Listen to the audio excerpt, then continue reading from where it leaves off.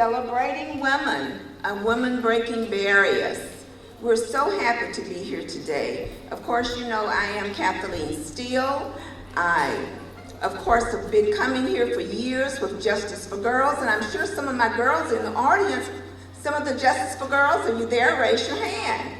Wonderful. It's wonderful seeing you and wonderful seeing all of you.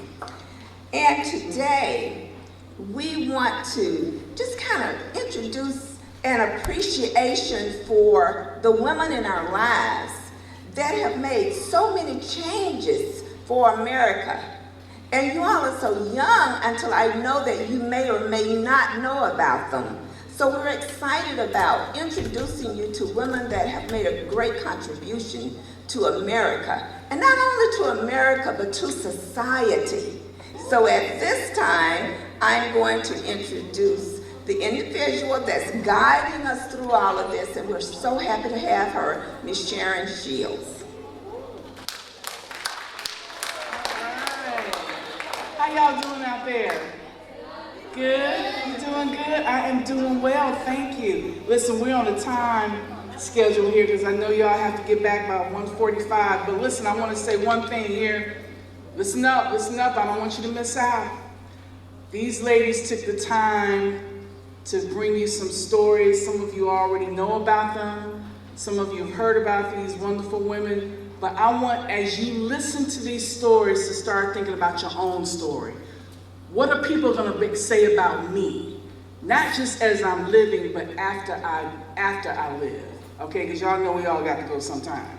But y'all got a long way to go. What kind of story do you want to create for your life? Regardless of where you come from, regardless of your background. One thing I want to leave with you. Your purpose is greater than your pain. Y'all hear what I'm saying? Your purpose is greater than your pain.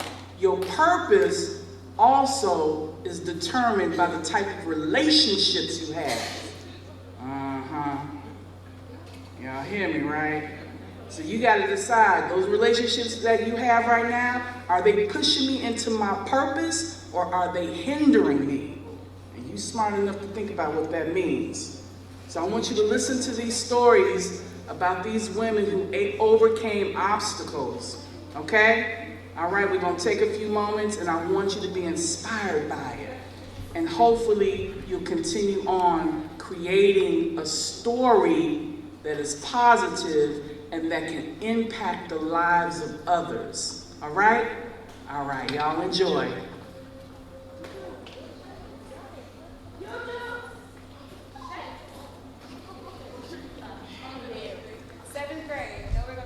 Our very first woman that we will be celebrating will be Miss Zenona Clayton. How many of you are familiar with Zenona Clayton? I want to share just a little bit, oh wonderful. I want to share just a little bit of information about Zenona, and there she is. Miss Zenona Clayton actually came to Atlanta to work for Dr. Martin Luther King Jr. How many of you know about Dr. Martin Luther King Jr.? Wonderful. And she became very close to Mrs. Coretta Scott King. So she's been making a great contribution to society since she's been here. And she was supposed to be here today in person, but unfortunately something came up and she couldn't be here. So I'm just going to share just a little bit of information about her. I'm going to tell you, she's 91 and you can't tell it. Look at that. Can you tell it? She looks wonderful. She started her TV career here in Atlanta. Listen.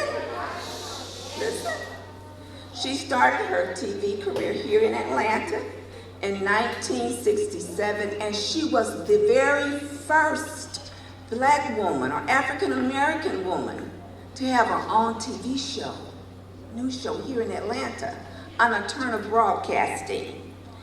And she was so inspired that she started the Trumpet Awards.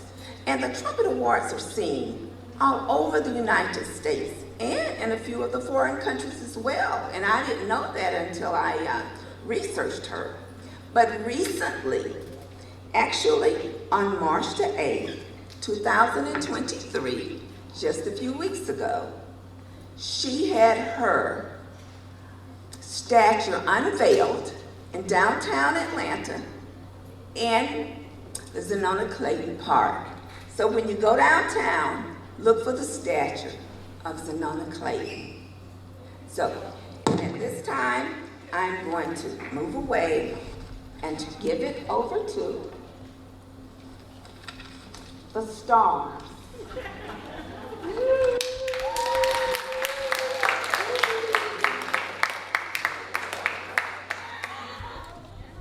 Good afternoon. I am Coretta Scott King. I am a native of Heiberger, Alabama. I became an author, activist, and civil rights leader who was married to Martin Luther King Jr. until his death. I met my husband while attending graduate school in Boston, where I was studying music. To be a singer, I kept music close, even within the civil rights movement.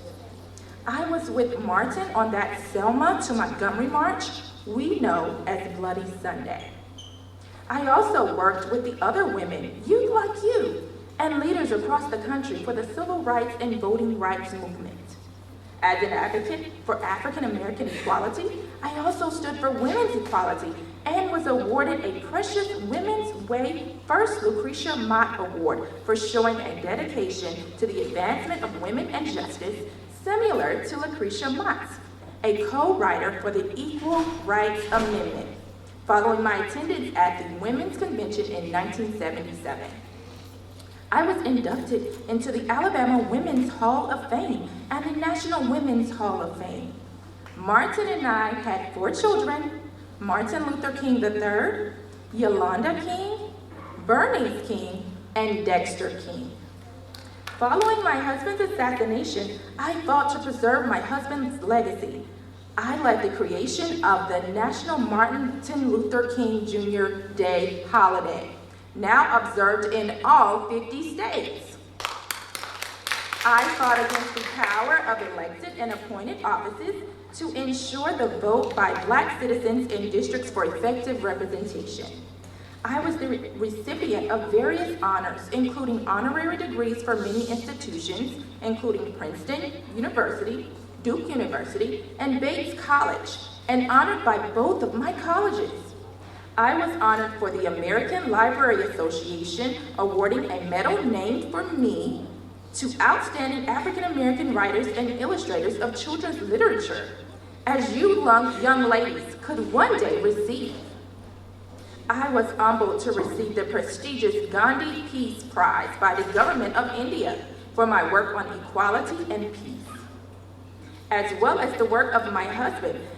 The Coretta Scott King Forest in the Galilee region of northern Israel is by the Jewish National Fund as they work to plant trees in Israel.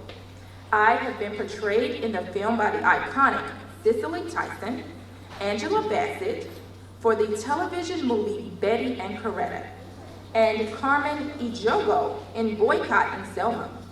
I founded the King Center for Nonviolent Change, where I am entombed next to my husband. I was the first African American to lie in state at the Georgia State Capitol. I am Coretta Scott King.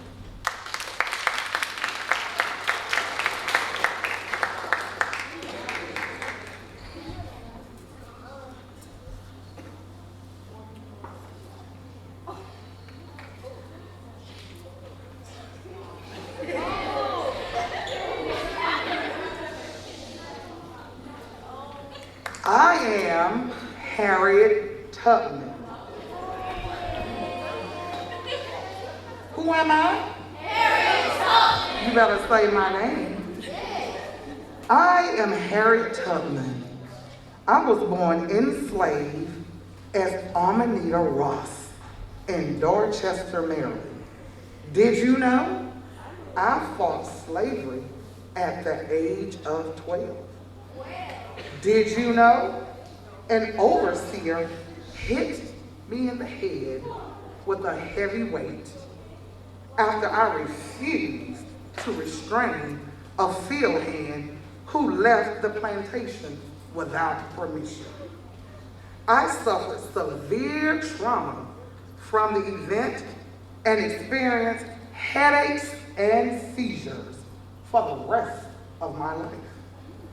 Although I was considered illiterate, which means I was unable to read and write, I still helped feed, clothe, and care for people and the military soldiers. Did you know I am called the conductor because of the Underground Railroad, which I hope you know was not an actual train, and it was not underground. It was a network of people working together to help run away from the slave states, travel to states in the north, and to the country of Canada, where slavery was illegal. I used science codes and the stars traveling the Underground Railroad, helping over 300 people escape. Oh, by the way, did you know a $40,000 reward was placed out for me to be captured dead or alive? Did you know I worked on the women's suffrage and was the first Black woman to serve in the military? Did you know I was a Union spy, scout, and a guerrilla soldier because of my tactics to operate within an enslaved gathering information on the Confederate Army in the Civil War? Did you know I founded the Harriet Tubman Home for the Aged because I had taken care of my elderly parents? Did you know I helped many, even a white writer, Sarah Bradford, on her biography as a potential source of income? Now, let me tell you, did you know I was married twice? You didn't know? I had one adopted child with my handsome and sexy husband. Did you know I am buried with military honors? Did you know I live in Auburn, New York, and now I have statues in New York and other states? My descendants gather annually for events to give motivation for others by telling about my work and for the work I did for other people. There are even learning centers to help children read and support families. People have performed dramatic presentations as me. There's a movie called Harriet. There are museums and buildings named after me, even in Macon, Georgia. My Bible, did you hear? My Bible is enshrined in the National Museum of African History and Culture in Washington, D.C. Did you know I am known as Moses of my people because I led the enslaved to freedom, as Moses in the Bible led the people of Israel? Did you know I could have freed more if they realized they were enslaved? In the spirit of Harriet Tubman, learn to read and teach others. No matter what, you keep fighting. You keep the courage and you keep the faith. And I mean, when I say you keep going, never give up, because I'm Harriet Tubman.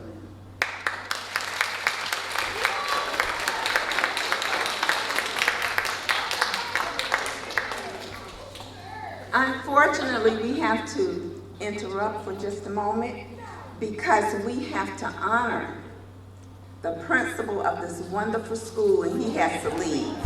So we're going to take this time to do a presentation from SCLC and Justice for Girls, a certificate of appreciation presented to Principal Raymond Garn,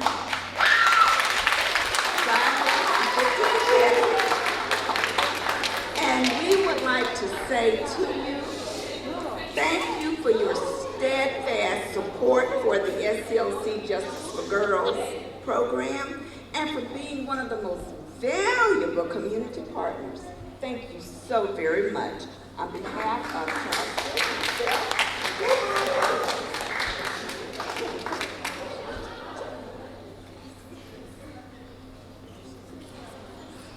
All right, good afternoon, and first of all, let me say thank you. I am honored, super honored to accept this on behalf of our school, John Lewis Invictus Academy. Whenever I receive anything, it is not, it says my name, but it represents our school, represents what we do, it represents what we stand for, and all of the people who come together to make this work happen on a day-to-day basis. It is great work that we all are committed to, and that we love to do. And so, on behalf of my school, my students, the faculty here, we want to say thank you for partnering with us. Thank you for taking the time to be here with us. We thoroughly appreciate each and every one of you, and thank you. Thank you very much.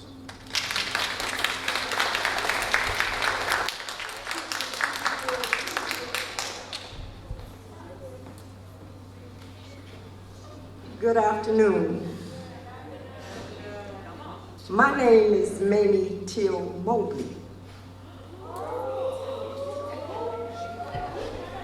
I never wanted to go down in history for the reason I have, losing my precious son, Emmett Till.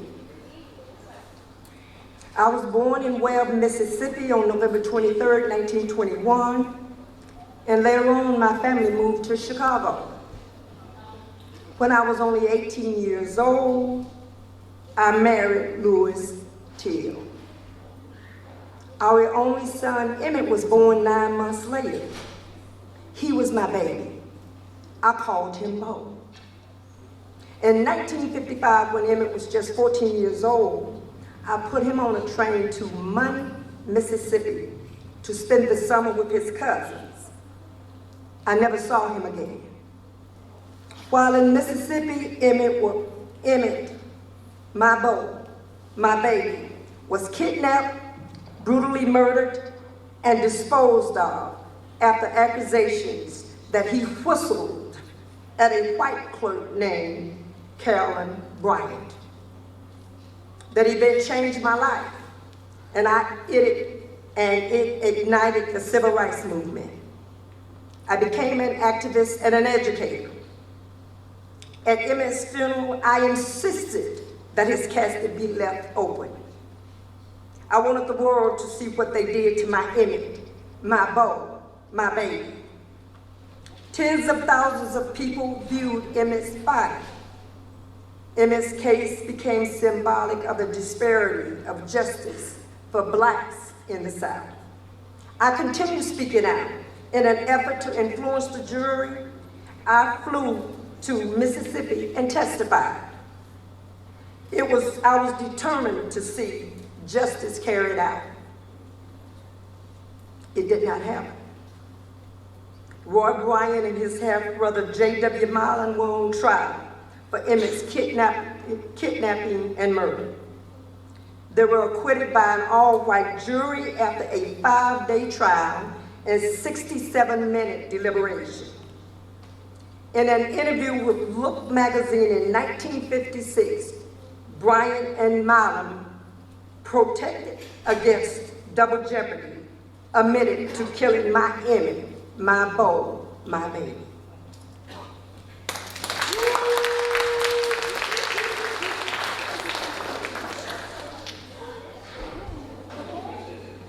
Hi, everybody.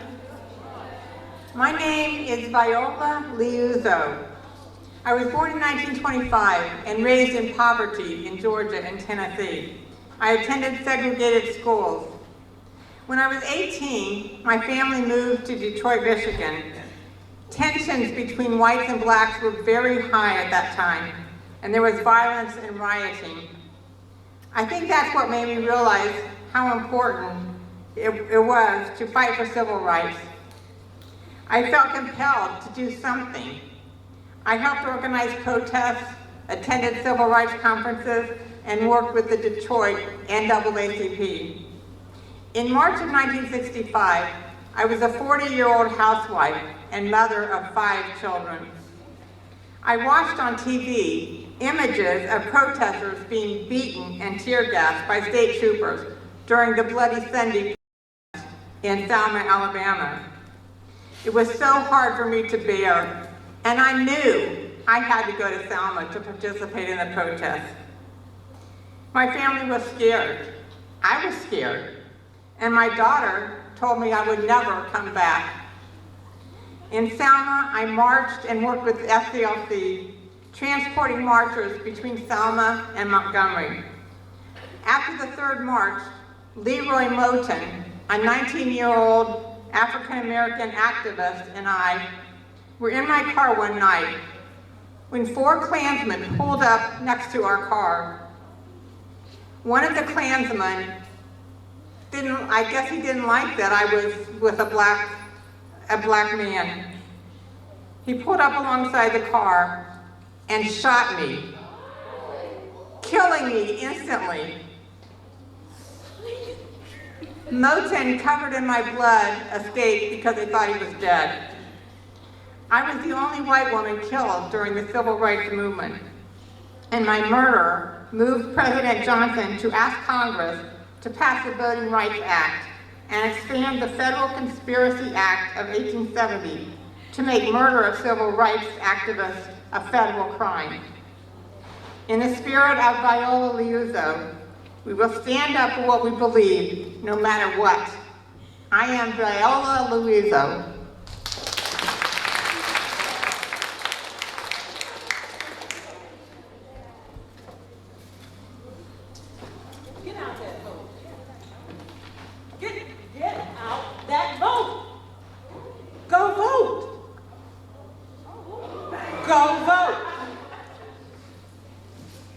I am Amelia Boynton Robinson, a Georgia peach, y'all, from Savannah, where I was born on the future, get this now, of the ratification of the 19th Amendment giving women the right to vote.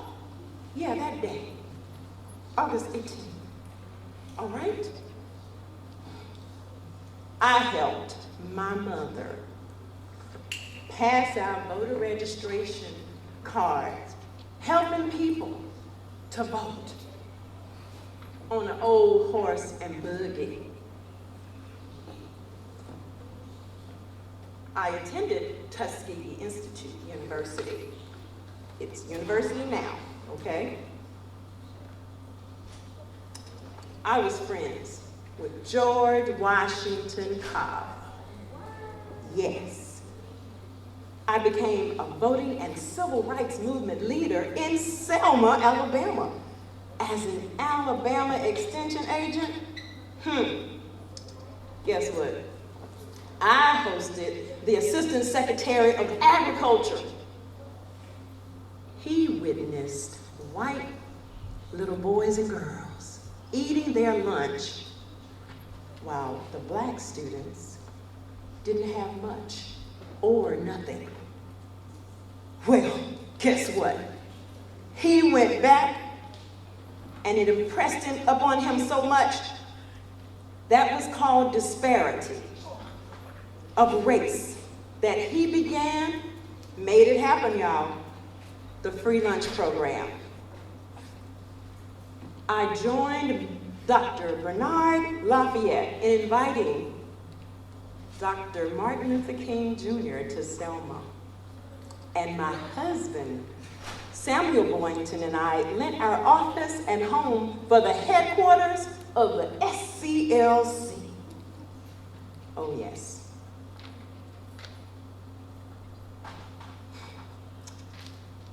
So, have you heard of Bloody Sunday? I was left for dead after being hit on the head on that Evan Pettit Bridge. Yes. That was the march from Selma to Montgomery, and it was seen in the movie Selma. Did you see Selma? I was invited, though, after that, to the White House by President Lyndon Baines Johnson for the signing of the Voting Rights Act of 1965. Then I ran for Congress, and I was the first Black female in the state of Alabama to run for office. It's a lot. I was awarded the Martin Luther King Jr. Freedom Medal in 1990. I hosted young people from all over the world in my Tuskegee home and founded the Village of Hope. There are monuments, there are highways named after me in Alabama. Y'all make sure you go see them. I transitioned from this social justice rights fight to reward on Women's Equality Day 2015. That is August 26, 2015. In the spirit of Dr. Amelia Boynton, know that voting is your ticket to first-class citizenship. So what you gonna do? Thank you.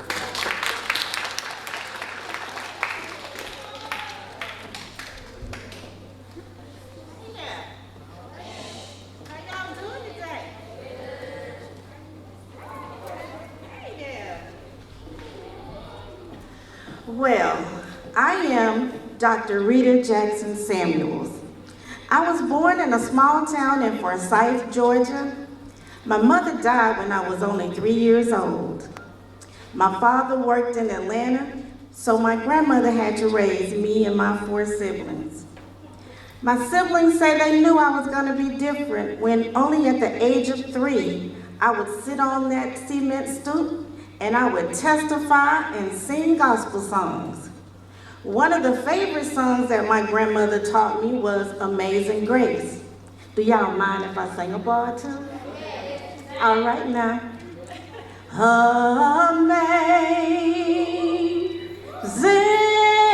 grace, how sweet the sound. Oh yeah. Thank you. After graduating high school in 1963, I wanted to attend Tift College in my hometown.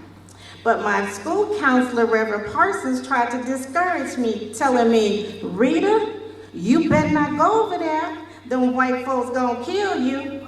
Y'all know I was never afraid of white folks, and I went anyway. But they told me that they was not accepting my kind. Y'all know what that means, don't you? That's right. Since they didn't accept me there, I went on to Claflin College in Orangeburg, South Carolina. After college, I came to Atlanta and got involved in the movement. I served as secretary of the Southern Christian Leadership Conference under Dr. Martin Luther King Jr., and I served on the national board of SCLC. I was the first non-domestic Black female worker at the Georgia State Capitol for Governor Jimmy Carter, and I was tasked with coordinating the placement of Dr. Martin Luther King's portrait in the state capitol, along with 2 other African Americans, Mr. Henry McNeil Turner and Miss Lucy Craft Laney. The next time you all go to the Capitol, take a look at Miss Lucy Craft Laney's photo. The artist used the image of my hands in that portrait. When Governor Carter became president, I went on to Washington and became a White House staff consultant for the President Carter's administration. As a civil, voting, and women's rights advocate, I championed equality for women and voting rights. I co-founded the Georgia Commission on Women. I founded the Georgia Coalition of Black Women, Inc., and to advance the opportunities for women In their share of government contracts, I established Women Flying High, LLC. I created the Shirley Franklin and Kathy Cox Lecture Series. I supported the Coretta Scott King Young Women's Leadership Academy by annual events with noted speakers and specials for students. I helped women across Georgia run for office as well as be appointed from mayors, commissioners to judges. I annually recognize women at the Women's History Month event at the Carter Presidential Center. I held Women's Equality Day commemoration and coordinated the statewide ballot power crusade. I sponsored broadcast of election PSA messages by community leaders to get out the vote. My shoes are enshrined at the International Civil Rights Walk of Fame at the King Historical Site. I received an honorary doctorate for my lifetime contributions and trailblazing achievements. I led the commission for Dr. King's statue on the Georgia State Capitol grounds, and now I have been honored with the bronze statue in Mosley Park overlooking Martin Luther King Jr. Drive. In the spirit of Rita Jackson Samuels, we should exercise our ballot power.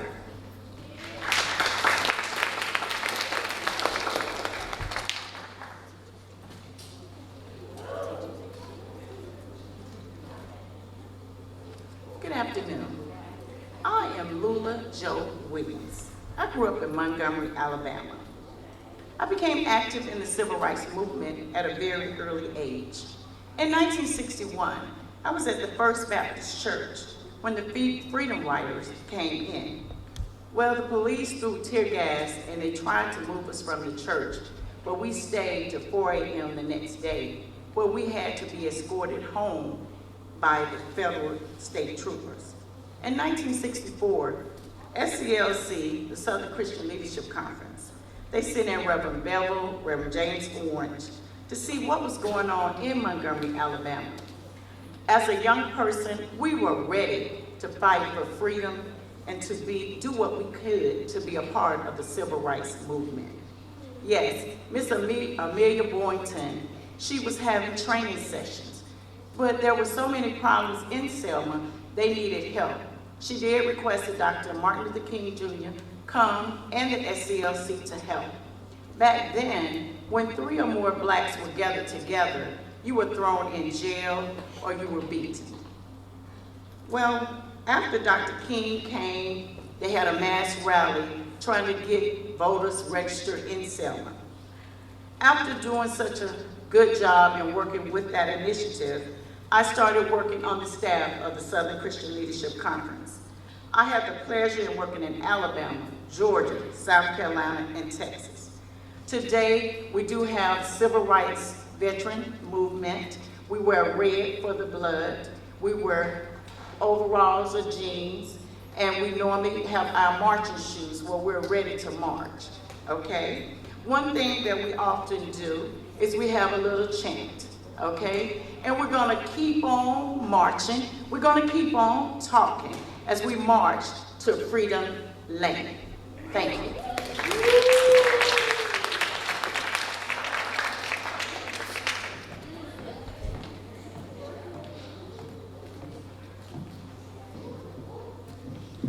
One day, when the war's won, it will be ours. It will be ours. My name is Shirley Chisholm. Born November 30th, 1924, died January 1st, 2005. Y'all invited me here today, so I'm gonna tell it like it really is. In this country, everybody is supposed to have the right to run for president, but that had not always been true. Somebody had to be first, so I did it. I did it because I was the only one who had the audacity to shake this system up. Because I was a woman when I was elected to the New York State Assembly in 1964, I had to overcome resistance. I faced more discrimination during my career because I was a woman than because of my race. Me, a woman, born to immigrant parents, was the first Black woman to be elected to the United States Congress and serve for 7 years. Me, a disruptor, from Barbados and Brooklyn, New York, became the first woman, the first Black candidate to run for the Democratic Party's nomination for the President of the United States in 1972. Me, a trailblazer who started as an early childhood educator, became the first woman to appear in the United States presidential debate. I founded many organizations, including the Congressional Black Caucus, the National Women's Political Caucus, and became the secretary of the Democratic Caucus. I retired from Congress in 1983, but continued to be a political organizer. Me, a woman. To guarantee the equal rights of women and men, I introduced and advocated for the Equal Rights Amendment. I am fearless. I am a disruptor. I am a trailblazer because I was Barack, Kamala, Maxine, and many others could be. I am Shirley Chisholm.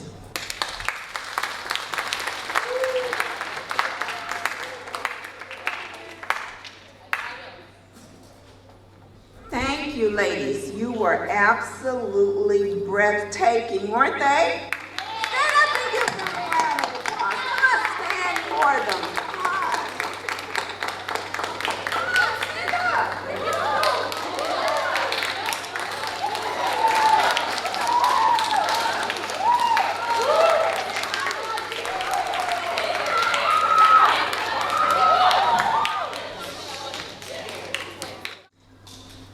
I would like to just really thank Ms. Beth Boldy. She's been working with me with Justice for Girls now for how many years? At least 7 or 8 years. We've been working together. And I am so happy that she agreed that we could have this program because it is necessary that you know that where you are today is a result of what many, many women suffered through, what they fought for. They fought for you to have a better life than they had. And I am so grateful to Ms. Beth Bolden, and I know you all have to go to class. I hate for you to go because I'm a retired teacher and I can talk all day. So anyway, I would like to have Ms. Beth Bolden to say a few words. I want to thank you all for coming to the program. Did you learn something new?